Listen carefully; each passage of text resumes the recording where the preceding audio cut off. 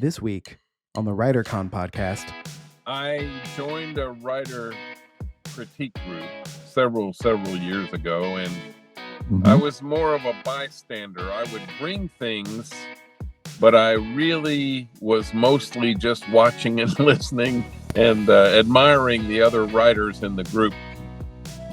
Eventually, several members of the group, including Rene and Melanie Hemry, who was the leader of the group, said, "You need to write this book. You need to write it." So they did an intervention on me. Welcome to WriterCon, a gathering place for writers to share their knowledge about writing and the writing world. Your hosts are William Bernhardt, best-selling novelist and author of the Red Sneaker books on writing, and Lara Bernhardt, award-winning author of the Wantland Files book series.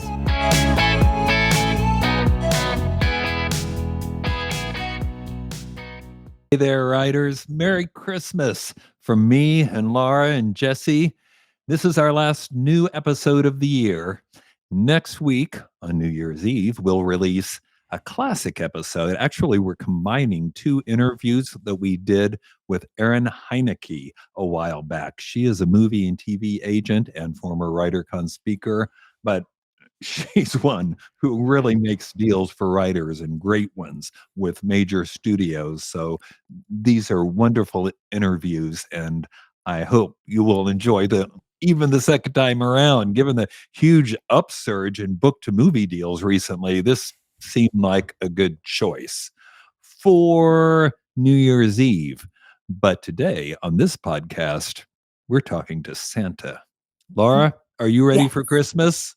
I'm so ready. I'm excited this year. We have had so much going on, and just this year has been all about family and getting to spend time with people that I love, and it's been absolutely wonderful. I think Christmas is going to be a little more peaceful this year too. We're not quite so much driving, right? We're still going to see everything, but we're going to spread it out. We're going to spread it out. We're not going to cram everything into one day. I'm going to give that a try. I always assume one of the benefits of getting older is that instead of having to travel for 48 hours, people come to you at Christmas. Maybe I'm wrong. How's it work at your house, Jesse? Or I should really ask, who's harder to shop for, your wife or your cats?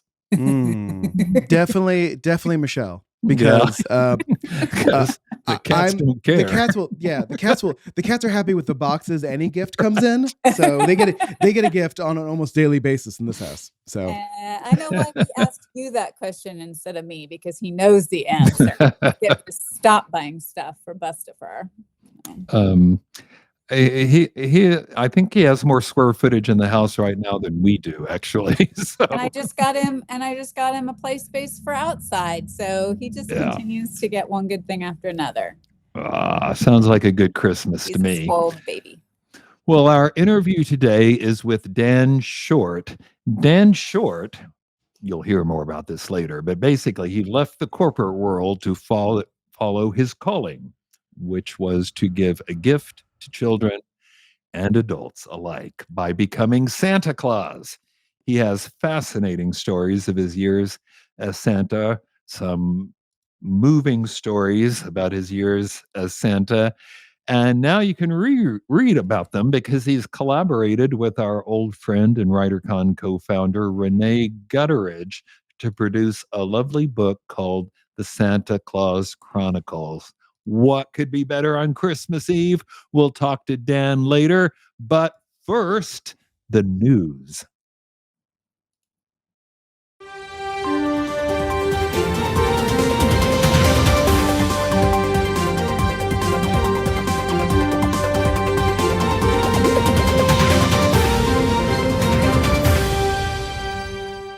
Well, you probably wouldn't be surprised if I told you that the first news story involves AI, and you probably wouldn't be surprised if I said it involved publishers.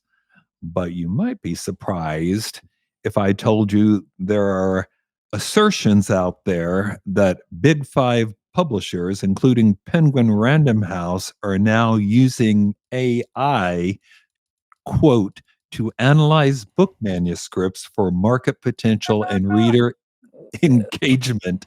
In other words, Random House is allegedly using AI to choose which manuscripts to publish.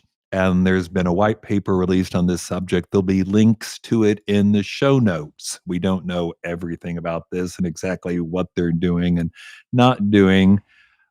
Although at the Frankfurt Book Fair, which we've talked about before, took place not too long ago, the Random House CEO said, and I quote, "At Penguin Random House, we've been working with artificial intelligence for more than a decade, primarily with machine learning, for example, to set the selling price of an ebook or to determine the starting print run of printed books."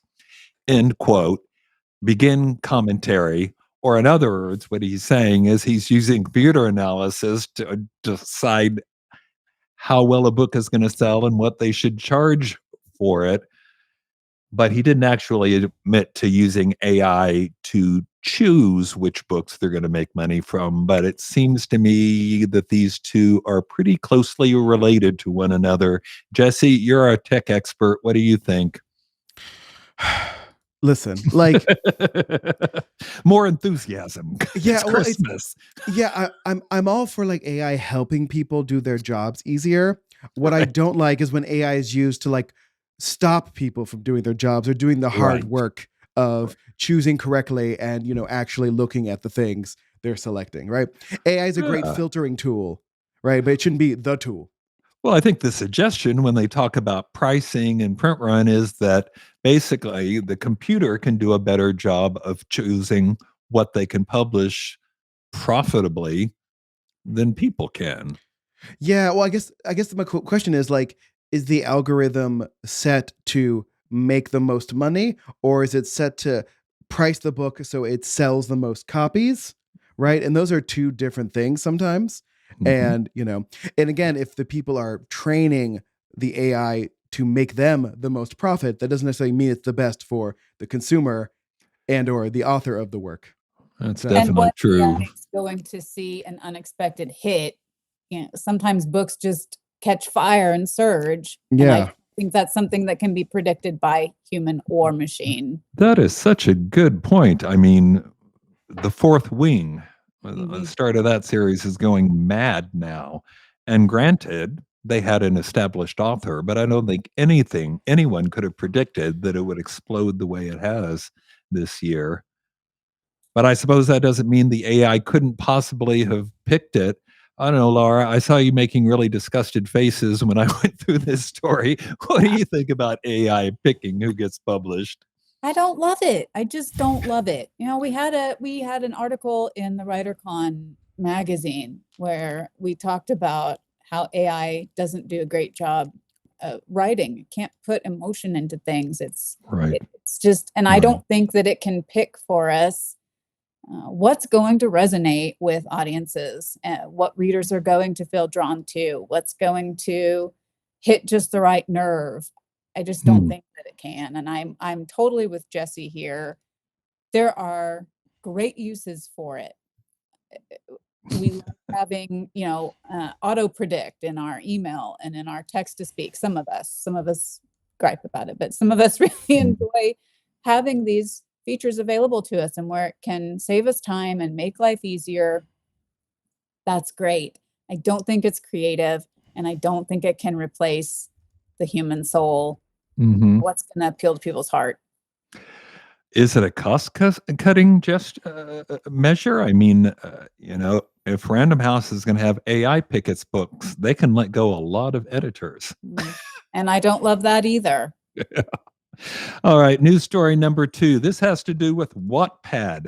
You may remember back in October, we told you about Wattpad Originals, which was basically a way for readers to enjoy paid stories that were published on the Wattpad platform, usually by authors they've already come to love by reading their work on Wattpad.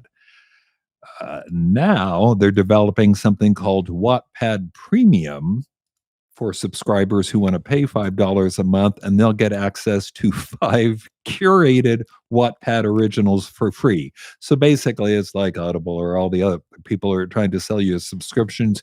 You'll get 5 of these a month if you can read that many of them. Before I turn this to questions, I just want to say, because I know some people out there are probably thinking, Wattpad, who cares? I want to have real books. I think more people have been published more successfully as a result of Wattpad in the past 5 years than perhaps any other platform. Anna Todd being the obvious, but so many people have been discovered on Wattpad. Lara, what do you think about this new development, the Wattpad Premium? I think anything that gets more books into people's hands is great. People who like subscription services, it gives them a nice option and has some good books for them to try to read. I didn't have a lot of, I mean, you're definitely talking about people who have had success on Wattpad. I didn't have as much. I'm actually not on it anymore. But it's a great thing for people who are looking for that content. As Jesse says, we need more content. So it's a good thing. I hope that it's successful. Me too. All right, one last news story. The Wall Street Journal has stopped publishing its bestseller list, book bestseller list, obviously. And this is important because there are only so many left. We've talked about this before on the podcast. The USA Today list was generally considered the most scientifically accurate. They killed it and then recently brought it back. But now it's allegedly, purportedly, what adverb should I use? Oops. It's being done by AI too. Now they're just collecting data from people and reporting. The New York Times list is the one people always quote, but as we've also discussed, that's heavily curated. To put it nicely, it focuses on New York publishers and New York authors and New York bookstores and doesn't, to be fair, they have never claimed to be a national bestseller list. It's the New York Times list. And the Wall Street Journal had, to be fair, lists that were based principally on BookScan data, but still, they did cover self-published books. And USA Today and the New York Times probably never will again. And apparently it wasn't even like a content-based decision. Wall Street Journal just decided not to renew its contract with BookScan, so now they don't have the data, so now they don't have the bestseller list. Jesse, that makes sense to you? I mean, like, all these lists are kind of junk anyway, so I'm fine with, like, let's have bestseller lists done by people who are in the book industry and who actually judge them in a more like legitimate, don't have an agenda. Not an agenda so much, but like aren't sourcing it out to a third party who they're not necessarily verifying and or not maybe keeping up with whatever the newest ways books are pushed or sold are. So that's what I say. Thoughts, Lara? Will you mourn the demise of the journal list? I am. I mean, makes me sad to see these go away. And for some of us who were aspiring to maybe hit one of those lists, well, now they're gone. What do we do now? We don't have a replacement, like Jesse said. Maybe we could replace it with something better, but we don't have that yet. And I haven't heard why they're going away anyway. Okay, they discontinued this contract, but why? And decided it wasn't worth the $12.95 a month they were paying or something like that. I don't know. But there are people out there who are attempting to compile lists that will include ebooks and books that don't have huge publishing companies behind it. But that is understandably complex, especially when Amazon will not release its sales data normally. There must be a way to get us an accurate bestseller list, but I don't really know what it is at this point. We're open to suggestions, listeners. Send them in. We love to hear from you. All right. Jesse, cue up the music. Let us talk to Santa. And welcome to the podcast. Hi. Thank you very much. It's good to be here. Hello. How are you both? Good. We're great. It's really good to have you here. All right. Now, I want everybody to understand that the Santa Claus Chronicles is your first book, right? Yes, it is. Only book so far? The only book so far. I'm working on Yeah. another Santa Claus book. Okay. Oh, I think there could be a sequel. And it's, as I said, the Santa Claus Chronicles, co-written by our friend Rene Gutteridge, co-founder of WriterCon and frequent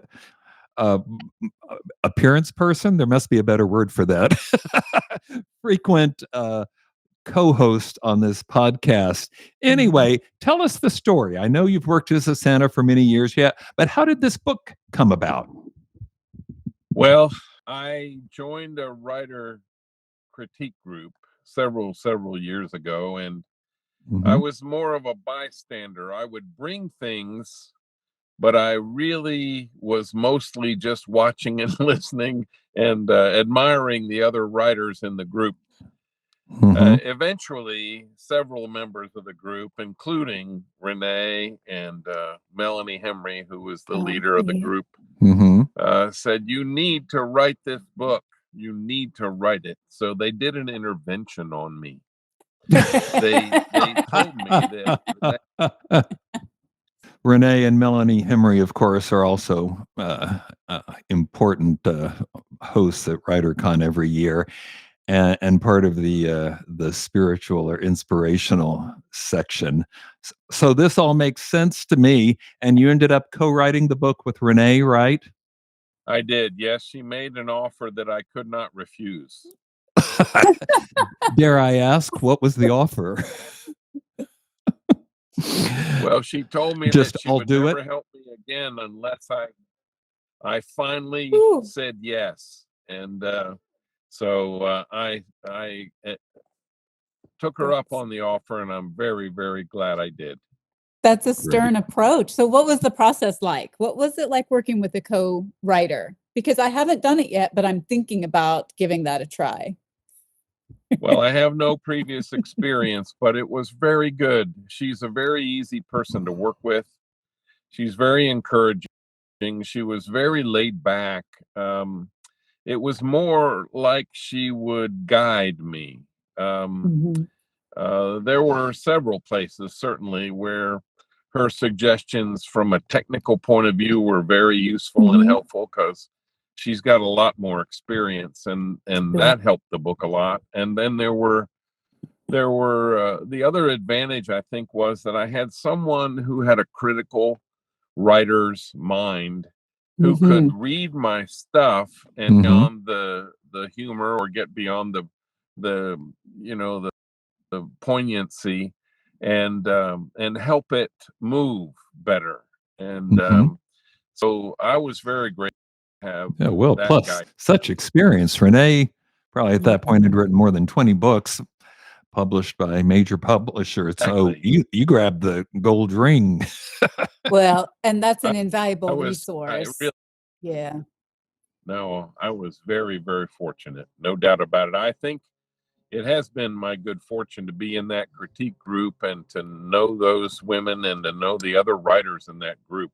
There are several other writers in that group who have been and are continuing to writers. Now, the Santa Claus Chronicles is memoir. Yes, it's drawing on your actual experiences as Santa. But you've been doing this for how many years? How is 25, 30? How many years have you been? Well, 30 now. Yes, I call a professional for about 26. Okay. For that, I the request of my wife and others to, more mildly and regularly. Amateur Santa as opposed to professional Santa. That is a lot of material. How did you choose? Like, how did you pare all that down? How did you choose what would go into the book? Oh, goodness. Well, actually, for about 2.5 or 3 writing the titles of the story, wanted to write 1, 2 for my writer critique groups so they wouldn't kick me out so that I'd produce something.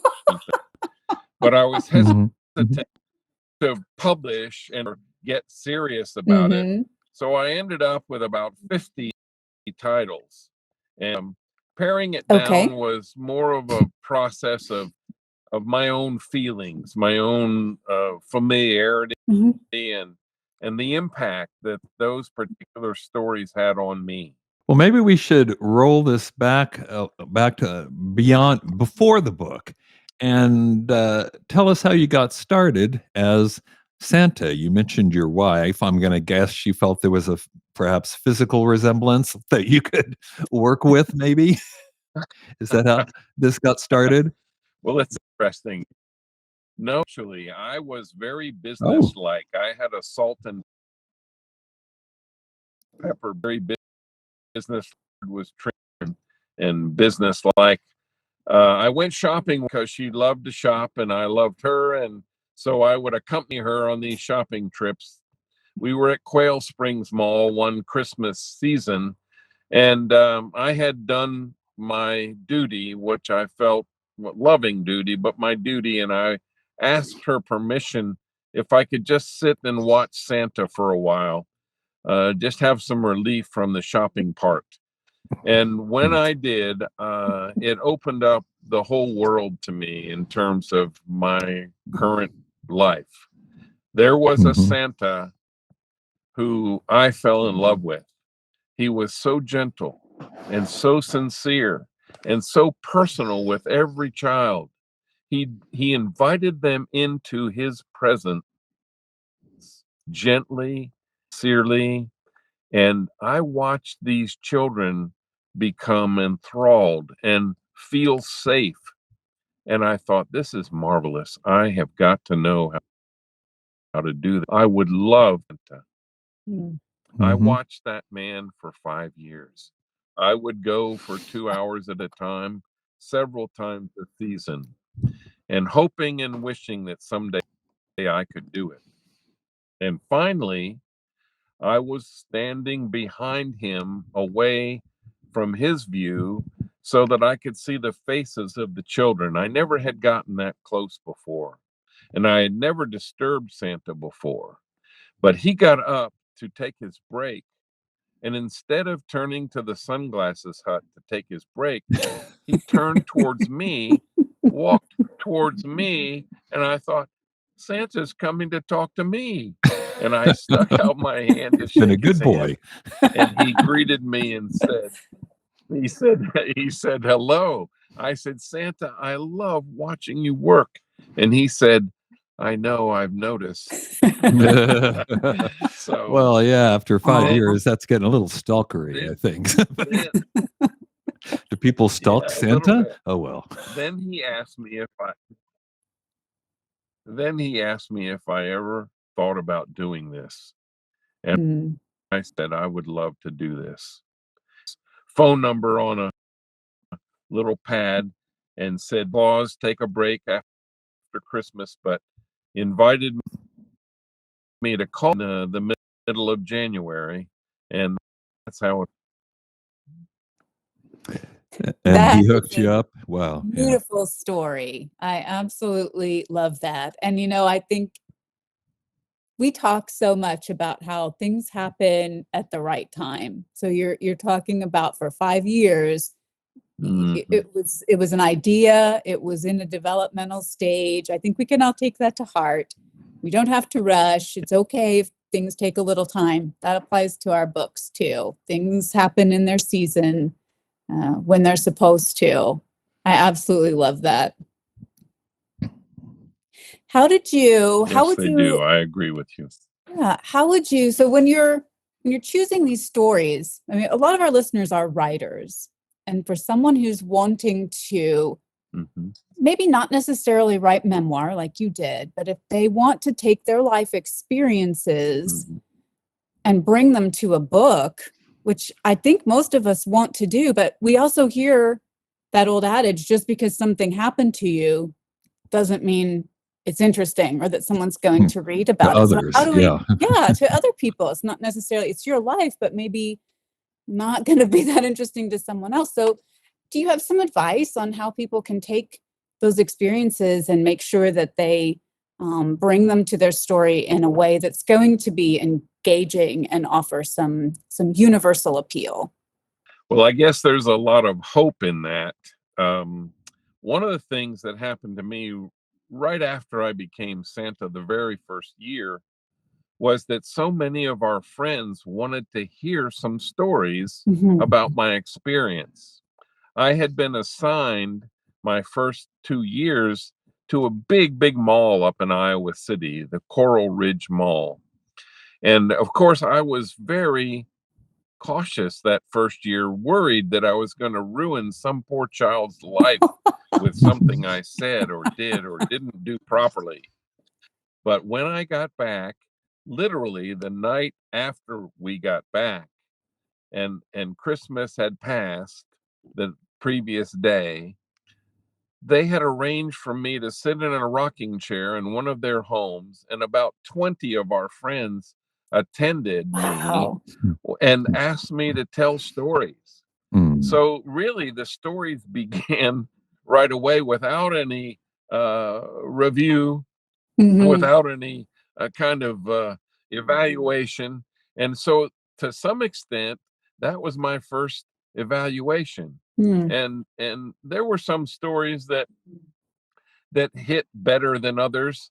I really wasn't being very careful about noting them, but then I began to think about, when I did tell a story, what did I want to get across? Because everybody since then has said, "Oh, I bet you've got some great stories." And so I have chosen some from time to times, and I share them, and I'm very selective about that. And I try to construct them so that they will be either humorous or, in many cases, poignant, and sometimes to have a point. They don't all necessarily make great wisdom messages, but there's always a human point, a human interest, a human message that I try to communicate. And I really do that with every child that I meet all during the season. I'm there from one point of view to take a picture with a child and to have them look their best and give their mom and dad a memory that they can hold on to. But I have chosen to use those times to ask questions of the children that let me into their lives and give me insight into their desires, their fears, their hopes.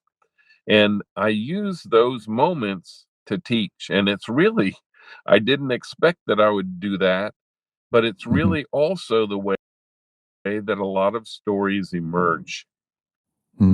Well, after that lead in, you probably know where I'm going next, Dan. Do you have a favorite Santa story you can share?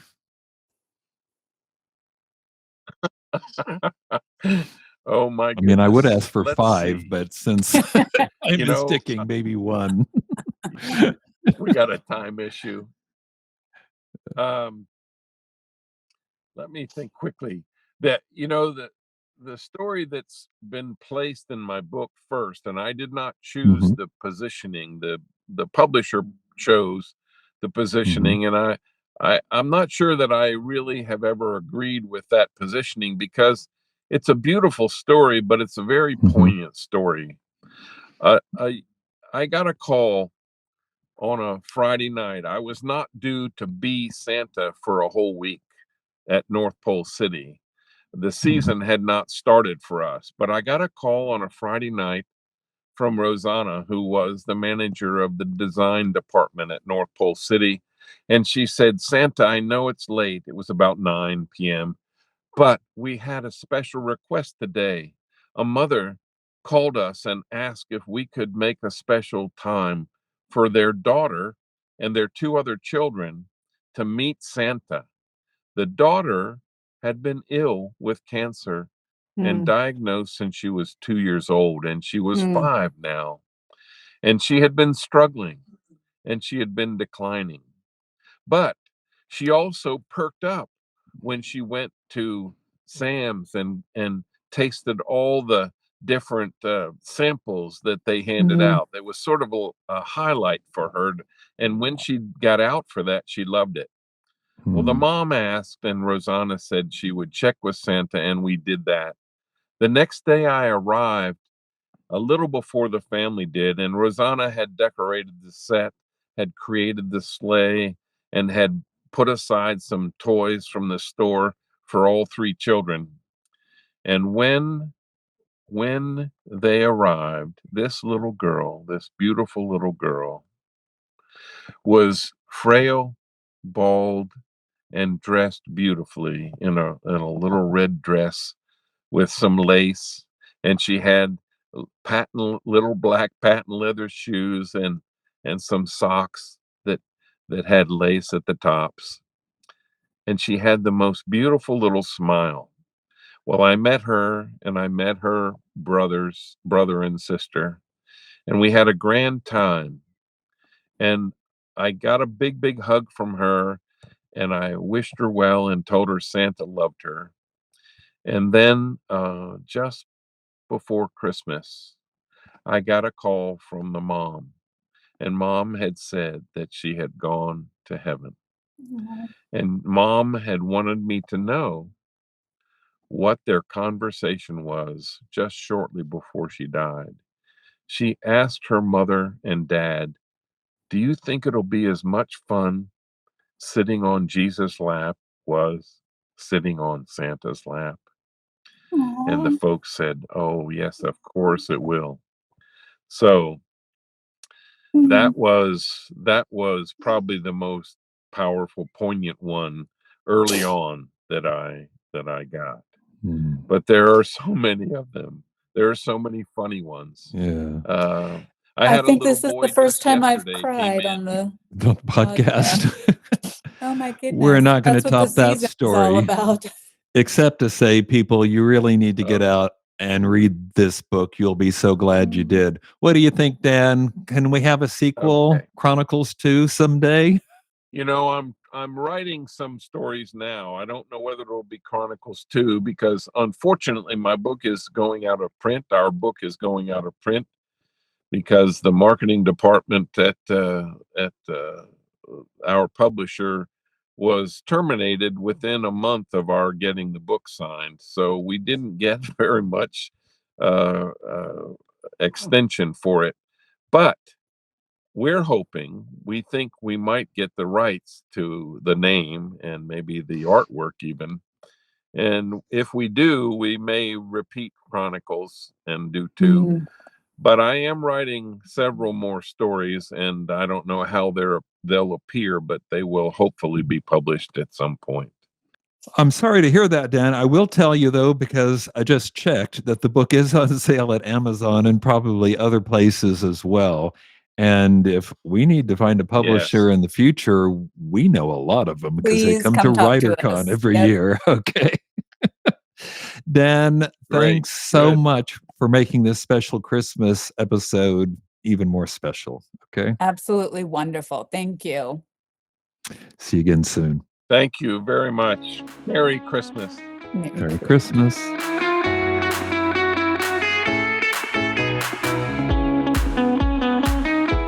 Before we go, let me go ahead and remind you that if you haven't yet picked up your 99-cent copy of Christmas Spirit, you have a couple more days to grab that.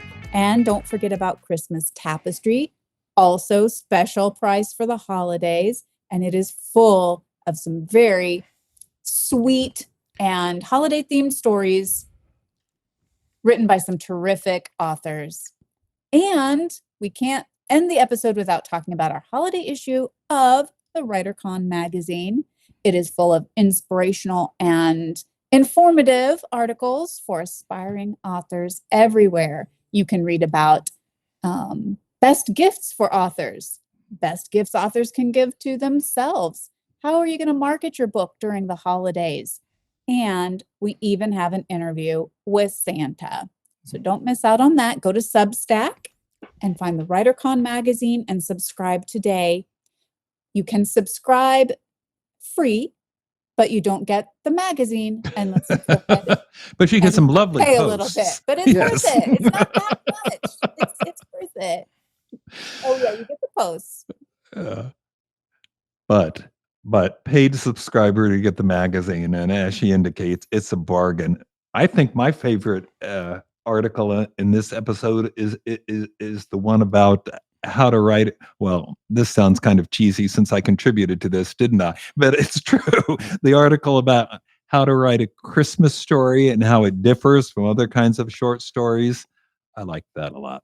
Anyway, until next time. Give yourself a Christmas gift and subscribe to the magazine.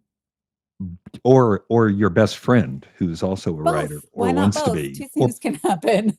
I like that. Christmas gifts for writers. Is our magazine on that list Rene made on that article? Should have been. Should have been. All right. Until next time, everybody, keep writing. And Don't Merry Christmas. even get Christmas off. Write every day. And remember, you cannot fail if you refuse to quit. Merry Christmas, everybody.